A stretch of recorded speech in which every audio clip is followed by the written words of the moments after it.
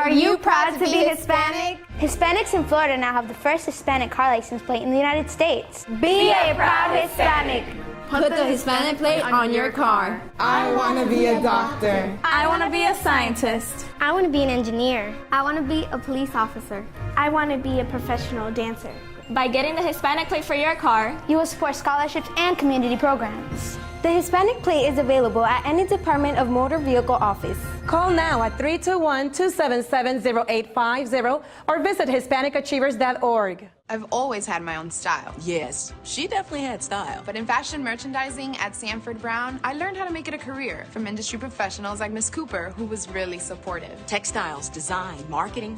We teach real fashion skills and the business of fashion. I wanted a career in fashion, and Sanford Brown helped make it possible. Get started on your future career in fashion at Sanford Brown College. Call 877-751-9111 now for your Career Builder Career Guide. That's 877-751-9111. Welcome to Hispanic Speak Out. This is Danny Ramos. Welcome to another edition of our show. We've been on the air for 14 years in Central Florida talking about issues that have to do with the Hispanic community. I'm here with my co-host, Jose Miranda, and Jason Henry. And we're going to talk about what the state legislature passed and didn't pass. And I see that they've left out a lot of good stuff. So who goes first? Well, actually, I need to report something. Okay. I'm saddened to report the passing of a dear friend and a colleague, John Jazz Hamilton, who is just turned 59. He's left us to go to heaven, and he was an innovator, a talented individual who was a great producer, loved his music, loved his family, loved his friends, very influential, a mentor for me. And you guys have worked with him off and on over the years, and he's going to be deeply missed by his family. Our condolences to his sisters and family, Cookie and the others. We wish them Godspeed and all our prayers with you.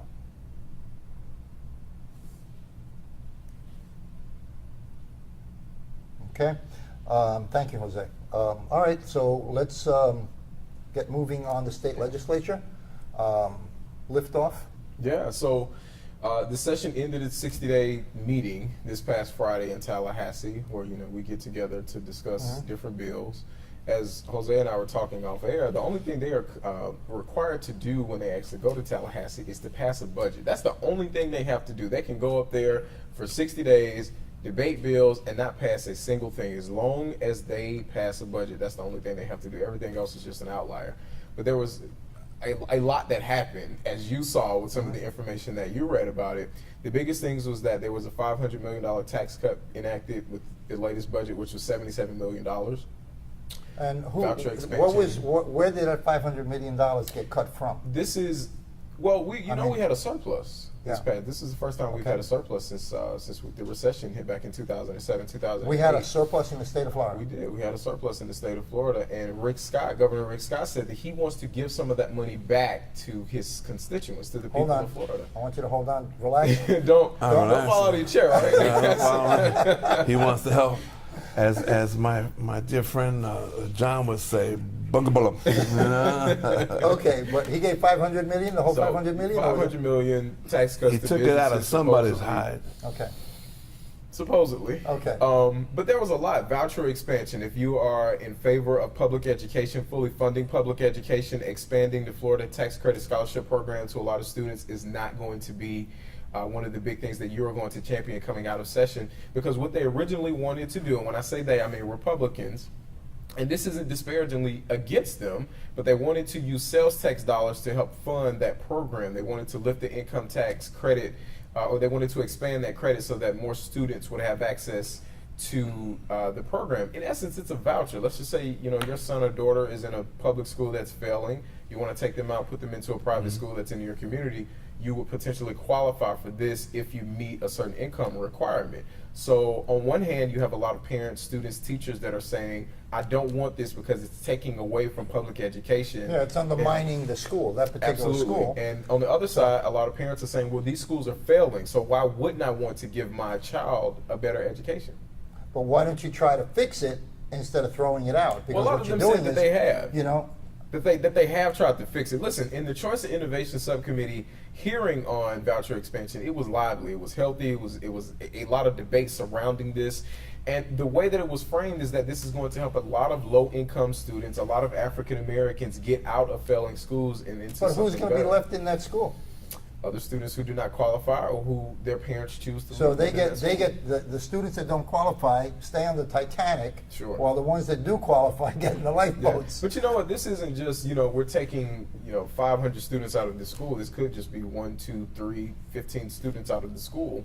But they are But it's a basically. trend, though. It could be a trend. Well, this is all a part of school choice. If you remember Yeah. when Jeb Bush was governor and they talked about charter schools and school choice, this basically expands upon that foundation of making sure that more students have access to better Okay. education. Why aren't we trying to spend more money in correcting the problems that exist? Well, Jose, is it money? I was just about to ask that. I mean, Is when it it comes money to or public is it- education, per Is pupil, it money I or can't- racism? Which is it? No, it could Oh, be. I It could think- be just unions. It could be unions that there are teachers there that shouldn't be there that are blocking the thing from flourishing. That could be. Sure. Because look, I dealt with unions a long time. That's an and there's assumption. No, I worked with unions a long time in New York, and I know sometimes how unions can operate, Sure. and they can stonewall anything that takes them away from making more money, Sure. and that could stifle positive productivity. Yeah, but we got schools in some areas that flourish versus other areas that don't. You could probably put it on a map and say this area is poorer, this area is more You think pronounced. that? You That think you, it's- you could probably see Well, listen, a difference. The problem that I think we have, not just in Florida, just nationwide, is that we punish schools that are failing. You would think that you would want to invest more money, more Right. resources, more time into the schools that are supposedly failing, instead of trying to take students and resources away from that school and give them to But a private institution. What makes a school fail? It's not the building. The building doesn't do anything. Mm-hmm. It's the people. Right. Because people are the It's ones. the policies that's being run in that So that you school. have to shift people out and bring other people Sure, in. but I think when you say know? people, that's a little bit ambiguous. Meaning, people could be the governor, could be politicians. No, I in the think area, could on be a local teachers, could level, be because unions. everybody's doing deals with statewide law. So I think on a local level, what you're looking at is the people within the district that have a choice, and eliminate people who aren't doing what they're supposed to do. And there's always a hesitation to do that. Sure. Because everybody's friends and everybody, I've seen that happen in a school. So, Listen. but I'm agreeing with him. I agree with him. Why sink the boat? Why don't you work on that school to make sure? It's all a part of a mindset that goes towards, the way I was educated, the way you were educated, it's totally different than the way our kids are learning today. So you want to try to give them as many options as possible instead of the traditional, just send them to a public school, and if it fails, then you try your best to make sure that they succeed. And if the school fails, then I'm sorry to hear that, but I need to be sure that my child actually has a good future. And this, they're saying, you know what, we're just offering more options. We're just presenting more options to parents, to teachers, to students. That's why you have an explosion of charter schools in the state of Florida. That's why you see this tax credit scholarship program being expanded. In our era, your era and my era, the system Don't was talk about me. different. We're talking about you. Okay, let's They talk have about me. horse and buggy. Okay, no, I don't think that there was buggies. I think there was just horses. In my era, it was different because we were still in the manufacturing industrial society. When I went to school, they were teaching kids in high school trades. Sure. You know what I mean? Printing trades, graphic design. You'd learn that in high school, not in college. Well, you know when I graduated high school almost 15 years ago, and we had a trade school that students would go to learn a trade, whether it to be a mechanic, carpentry, whatever it may be. And some of those skills are still taught here locally, but it's not as prominent as you saw. Even No, when I it in was school, when you were very in school. prominent. But now what you have is independent educational institutions that are private teaching aviation mechanics. Sure. In my day, that was part of the educational system of the government. Right. You could go to a high school that taught aviation, and it was right across the street from the airport, LaGuardia Airport. Okay, you would go to another school that would teach you printing, production, graphic design. You would go to another school that would have nursing skills. It was all high school. Sure. Now they don't do that anymore. Sure. Because we're now in an information age, so everybody's got to be a computer tech. Well, not everybody can be a computer tech. Listen, public education and just education overall in the state, we could debate that for hours. We really could, and that's the way it happened up in Tallahassee. The way that this was expanded, it was a procedural move on behalf of the Senate. Voucher expansion was dead. Nothing dies in Tallahassee when it comes to politics, but it was dead, and at the 11th hour, they inserted a 150-page amendment into a bill to expand vouchers. So that lets you know that when Republicans have control, they want to get something done, they know how to do it. There's another area. The other area is the DREAM Act, the kids that were born here as children. That was a bill. The interesting story about the Dreamers is that there was an article in the Miami Herald that talked about how that bill actually got passed. It passed in the House with no problem, but over in the Senate, the upper chamber, they were having problems getting it moving. And Senate President Gates said that he's not sure if that's something that they are going to push forward. And towards the end of the session, House Speaker Will Weatherford called President Gates and said, if you don't get this moving in the Senate, I'm not going to have the budget printed on the desk of the lawmakers in this chamber. And Senator Soto was also Senator Soto was a leading voice on that, absolutely, in the Senate. And when he made that phone call, and President Gates said, okay, I don't want to muck up the process that we have, and we're going to go ahead and get it done. And like you said, Senator Soto was a leading voice on that. Medicare was turned down again. Excuse me. Expansion. Congratulations, Darren Soto. Yeah, congratulations. Absolutely. That was a good one. That was a good one. So. Medicare, Medicaid. Medicaid expansion was turned down, meaning that they don't care about the other 1.5 million people that need coverage. If we would have expanded Medicaid in the state, over 1 million people would have had health care coverage, and unfortunately, that's not going to happen. The party. What age level are those people? For Medicaid? Yeah, above 65 or 64. You're talking about people who can't necessarily afford. Was it an expansion of existing people that had, or is this new people going into the system? New people coming into the system. Okay. And they didn't have to repay the money. The government was going to give them the money. Why didn't Scott take $1 million out of that money that he gave to $500 million? I mean, then give $499. This isn't something because he's a Republican. Listen, here's the way I believe. Let's be real. He's a Republican. That's where that went. Let's be positive. Okay. He did give 2,000 bills went up there. These guys were only managed to get out 298. What's wrong? That's good. You have to think about the way politics works, though. Let's just say I'm an elected representative. But we already know the bill's already done before they even get up there. Some of those bills are dead before they are even presented. Some of them do not make it out of committee. There was a bill that I thought that was pretty good that related to GMOs. The only thing that it would have allowed by law is that you would have known that a GMO was in your food, and it didn't make it out of committee. What is a GMO? They don't know. Genetically modified, organism? Yeah. Okay. Yeah. And also speed limit. There was a bill to increase the speed limit on certain, and it passed. Senator Jeff Clemens was the one who presented that. You can drive legal now. You're 75. Oh, it matches your age. Talking about my age? Is that what it said? It matched your age. But the way that you can basically encompass session is this. The GOP softened their image. They're trying to make sure that they clear a path for Governor Scott for re-election. I think they successfully They got some really good things done. The DREAM thing was done, and again, Darren Soto did a great job on that. We appreciate that in the Central Florida community. We run out of time. Thank you so much. You're really knowledgeable about what's going down, Jose. Absolutely. As usual, kicking butt on Republicans. I accept that. That's why you're here. Okay. This is Danny Ramos on Hispanic SpeakOut TV. We're taking a break to come back, and don't go away because we have an interesting segment coming up. Before I became a graphic designer, I thought I only needed to master the software. The computer can only do so much. But at Sanford Brown, Ms. McCarthy helped me develop my eye for design. She even shared her own professional experiences. The adventures of a real-life graphic designer. Prepare for your future career as a graphic designer at Sanford Brown College. Call 877-918-6444 now for your Career Builder Career Guide. That's 877-918-6444. Are you proud to be Hispanic? Hispanics in Florida now have the first Hispanic car license plate in the United States. Be a proud Hispanic. Put the Hispanic plate on your car. I want to be a doctor. I want to be a scientist. I want to be an engineer. I want to be a police officer. I want to be a professional dancer.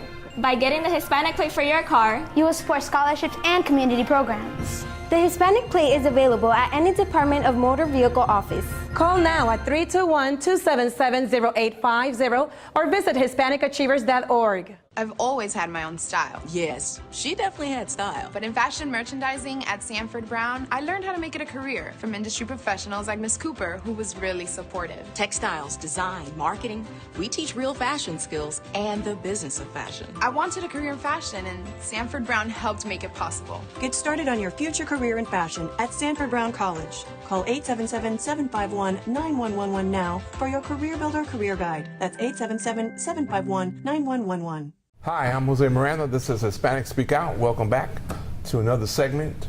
We're talking politics, of course. I'm being joined on the set by Mr. Serut, who's running for District 4, and of course our own correspondent, Jason Henry. And we're talking about politics in District 4. Good evening, guys. How are you today? Very good. Thank you for having me. I'm doing well. So, District 4, you're running against?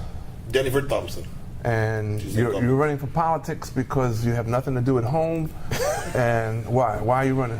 No, I'm a partner at a law firm, Pesquera, Cerut, in Birmingham, downtown. Okay. I've been practicing law since 2001. Right. Corporate law, real estate transactions, and the like. I got involved in politics about 7 years ago. People were asking me to run, and I worked on some campaigns. Mm-hmm. And I took my time to make the decision. I'm running now because in the time is what it needs me now, and I bring the business acumen and everything together to do a better job than the incumbent. You're more concerned about business. You're concerned about getting Latinos involved. Does your district have a lot of Latinos in it? Yeah, before the redistricting, District 4 had about 38% Latin American population. After the redistricting, it rose up to about 40%, 42%, and currently I believe it's about 40%. At least that's what the books show. I believe it might be more. And your main goal is to what? What are you going to overturn or do different that's being done now? Well, a lot of integrity has been lost. The faith that people had in the county government has been lost due to certain transactions that have happened. And you go back to transparency, which is the measurement of the integrity of our government. Mm-hmm. At the same time, I want to use my contacts and business acumen to improve the economic situation. I also, when some of my background, I did some engineering, and I have a degree in mathematics, which also helped me to work, as I worked with the county before, on different expansions on other roads. Okay. So I have dabbled in transportation, which continues to be a major issue as well in District 4. Jay? So, but why Jennifer Thompson? That's what I'd like to know, because Jennifer Thompson, we know she's infamous, I guess you can say, especially after what happened with TechGate. Why this seat and why now? Now I think is the best time, I think, because the economy provides me with the tools that I can use to improve the situation. At the same time, after TechGate and everything, I didn't see a real response from Orange County or the Commission's office. I believe many people believe that this behavior continues, and we have seen it also manifest itself in the legislature. As an attorney, I am held to higher standards of transparency and honesty than the average individual, which is what I bring to the table. I think a group of elected officials, if they have a political career versus acting as a public servant, they're going to have to make that choice at some point. That being said, I don't think that these people need to be regulated. They should be self-regulating and aware of their responsibility towards the public. How do you guard that, though? I mean, if we're going to hold politicians to self-regulate themselves, don't we need those laws in place to make sure that they're not breaking them? And the second half of that is, how do you fashion yourself to be different than Jennifer Thompson? Outside of the integrity, what would you do differently in that district that you don't think she's doing now? I would have a lot more transparency how I deal with issues. I would be more interested in keeping with the original plan for the development of the county. I would be more interested in bringing more foreign investments to the area. I am responsible for bringing about $27 million in investment from Brazil that took over a bunch of empty properties in my district. I've also negotiated as a backup plan for funding some of the Sunrail projects. And I know that's not work that a commissioner should do, but having that responsibility towards the constituents is something that you aspire to. Got you. So outside of Jennifer Thompson, outside of fashioning yourself to be different than her, what do you personally bring to the table outside of being a lawyer that voters should say, you know what, I want this guy over what we currently have? Well, like I said, I right now I'm on the board of the company that's number 2 on the Florida Fast 50. That's the 50 fastest growing companies in the state. I'm also on several boards. I work with the Hispanic Chamber, with the Hispanic Business Initiative Fund. You can tell by my accent, I am Hispanic. And at the same time, that also brings another flavor, if you will, of culture to the commission, because I will be the only commissioner that speaks 4 languages. Speaking about foreign languages and Latinos and stuff, how do you tend? We have a population somewhere around 300,000 or more Latinos here in the county, in the state, or in Orlando. How do you go about attracting them, seeing that while we register well, we don't vote well? So how do you get them out? Yeah, that is a big persistent issue with Latinos, especially in this electoral cycle, which is in between the electoral cycles for which we don't come out for at all. No, what you got to do is you got to tell them that they do count, that their vote is important, that you vote. With your vote, you protect your dignity as a constituent, because there is a government that's going to make decisions on your behalf, whether you vote for them or not. And a lot of people say, oh, we don't count, nobody cares about us. Well, yeah, but you got to get on their radar first, and the only way you're going to get on their radar is by voting. It's been known, you've heard the adage about crab in a box or grab in a pail, where a Latino will try to get ahead and a lot of other Latinos will grab on to make sure you don't succeed. How are you being met so far within the community? I've had a lot of support. You know, I think out of the campaigns right now, I believe, because I cannot certify, I don't have the numbers, but I believe I have the most volunteers, the most diverse group of volunteers. People are really, really rooting and helping me out. I believe also that I have a lot of different demographics politically. You know, I have a lot of supporters from my base, which I'm a registered Democrat, even though this is a non-partisan race. But I have a lot of supporters from the Republican side and a lot of NPAs. You know, speaking of Republicans, what do you think about what Lou Oliver had to say? Well, when you generalize, you tend to stick your foot in your mouth. And at this point, I think he may have made a mistake in that, especially when the Republican Party needs to look better and more attractive to Latinos and Hispanics. That being said, as I mentioned before, part of the reason why I'm running is because I want to improve the county. The way to improve the county is to make it better for its constituents, which means you want to attract constituents, whether it be by providing better services, more health, more entertainment, or more opportunities. By making those comments, you make it clear that you're not welcoming Hispanics, that you seem to frown on them, that you overgeneralize on the negativities, when we know in every family there's the good and the bad. Yeah. Democrats don't seem to be getting their stuff together, but we're probably going to have to hold off getting an answer back from you. Tell us how to get a hold of you. Well, you can go to my website, which is votecerrud.com. That's VOTECERRUD.com. On Facebook, you can call me. I can give you my cell phone. I don't have a problem. 407-758-6100. And it'd be located in any mail. Accessibility. Accessibility. So that's part of my platform. That's good. Listen, thank you for taking your time out. We got to have you back to continue this conversation. Sure. We appreciate you voicing your thoughts, and we wish you well in your endeavors. I'm Jose Miranda. This is Hispanic Speak Out, along with the rest of the crew here. We'll see you shortly. Stay tuned. I've always had my own style. Yes, she definitely had style. But in fashion merchandising at Sanford Brown, I learned how to make it a career from industry professionals like Miss Cooper, who was really supportive. Textiles, design, marketing, we teach real fashion skills and the business of fashion. I wanted a career in fashion, and Sanford Brown helped make it possible. Get started on your future career in fashion at Sanford Brown College. Call 877-751-9111 now for your Career Builder Career Guide. That's 877-751-9111. Are you proud to be Hispanic? Hispanics in Florida now have the first Hispanic car license plate in the United States. Be a proud Hispanic. Put the Hispanic plate on your car. I want to be a doctor. I want to be a scientist. I want to be an engineer. I want to be a police officer. I want to be a professional dancer. By getting the Hispanic plate for your car, you will support scholarships and community programs. The Hispanic plate is available at any Department of Motor Vehicle office. Call now at 321-277-0850 or visit HispanicAchievers.org. Before I became a graphic designer, I thought I only needed to master the software. The computer can only do so much. But at Sanford Brown, Ms. McCarthy helped me develop my eye for design. She even shared her own professional experiences. The adventures of a real-life graphic designer. Prepare for your future career as a graphic designer at Sanford Brown College. Call 877-918-6444 now for your Career Builder Career Guide. That's 877-918-6444. Welcome back. I'm Jose Miranda. This is Hispanic Speak Out.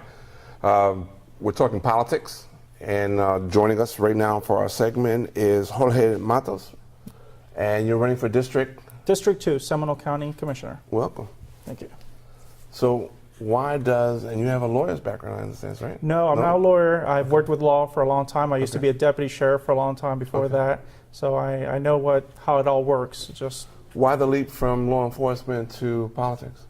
Well, from law enforcement, it went to management of businesses and marketing of businesses. And from there, now it's going into politics because I keep seeing that such a simple thing like running our county should be run more like a business, but it's not. It's a lot of personal agendas and a lot of backroom deals going on, and I think enough is enough. So I decided to step in and start putting my name in the hat and try to change things. How do you avoid the making deals? I mean, because you have to deal with somebody. Well, I mean, I deal with the public. That's who puts you into power, and that's who can take you out of power. So I feel that if I go in there and I listen to the people and I study the cause and I study what issues are at bay, then the right issues will be voted upon by the commissioners. Who's your chief opponent now that you're running against? John Horan. And what makes you different from the current commissioner? For one, I listen to the people, I study and the issues, and I make up I vote on that, not on my personal beliefs or anything, but what the general public and what the studies have shown that's the right thing to do. How are you going to make Seminole more competitive with Orange County and other counties around here? Well, we have a lot of things already in the works. Seminole County is very good at working with each individual cities that are encompassed in Seminole County. But I think a lot hasn't been done with the state level. I spoke with a lot of the committee people that work with the governor, and they're bringing businesses into the state of Florida. Well, they told me flat out they work a lot with Orange County, and you know that because the governor's always in Orange County cutting some kind of ribbon or something. Right. Same with Osceola. Seminole County, it's very rare. I mean, you see them there, but it's very rare. It's usually something that happened years ago, and it's just coming to a key now. I want to work a lot with the state level and with major corporations to bring them into Seminole County, into the main thoroughfare of 1792-436 area, where there's businesses used to exist and thrive and they've died down, and try to keep the rural areas out of the big businesses. Real quick, you have to raise money in order to pay for services. How do you go about that? Well, I think there's plenty of money in there. It's just been used wrongfully for a very long time. I think it just needs to be managed a little bit better. I think some of the commissioners already have been trying to do that for a long time, but they keep butting heads with some of the other ones. It's a matter of going in there and mediating between all of them and coming out with the right decision with the money that is there already. I think that if we look back throughout history, Seminole County has always been a very rich, thriving county. We just need to bring it back to that so that if there is a tax that already exists, which right now is one of the lowest, we should keep it there and just bring in more people and more businesses so that there is a natural more income into the county, not necessarily raising the tax so it's impacting the small people that live there right now. A lot of Latinos in this locations? Number one largest minority in Seminole County is Latinos. How do you get them to come out and vote? Well, I'm going out and reaching out to a lot of communities, a lot of leaders that are already Hispanics in Orange County, and reaching over to the other county and bringing the Latinos together to not only go out and vote, but to be involved in politics. Right. We have about 30 seconds left. Tell us how to reach you, how we can help you out. Best way is my website, www.Marchos4Seminole, or on Facebook, same thing, Marchos for Seminole. Reach for me, like me, and support me in this vote. Any upcoming venues that you have that people can come out and see you? I will be here on Friday. I'll be at Uptown Altamont starting at 7 p.m. Great. Thank you for joining us. Thank you so much for having me. Appreciate it. This has been Politics. I'm Jose Miranda. We'll see you same time, same channel next week.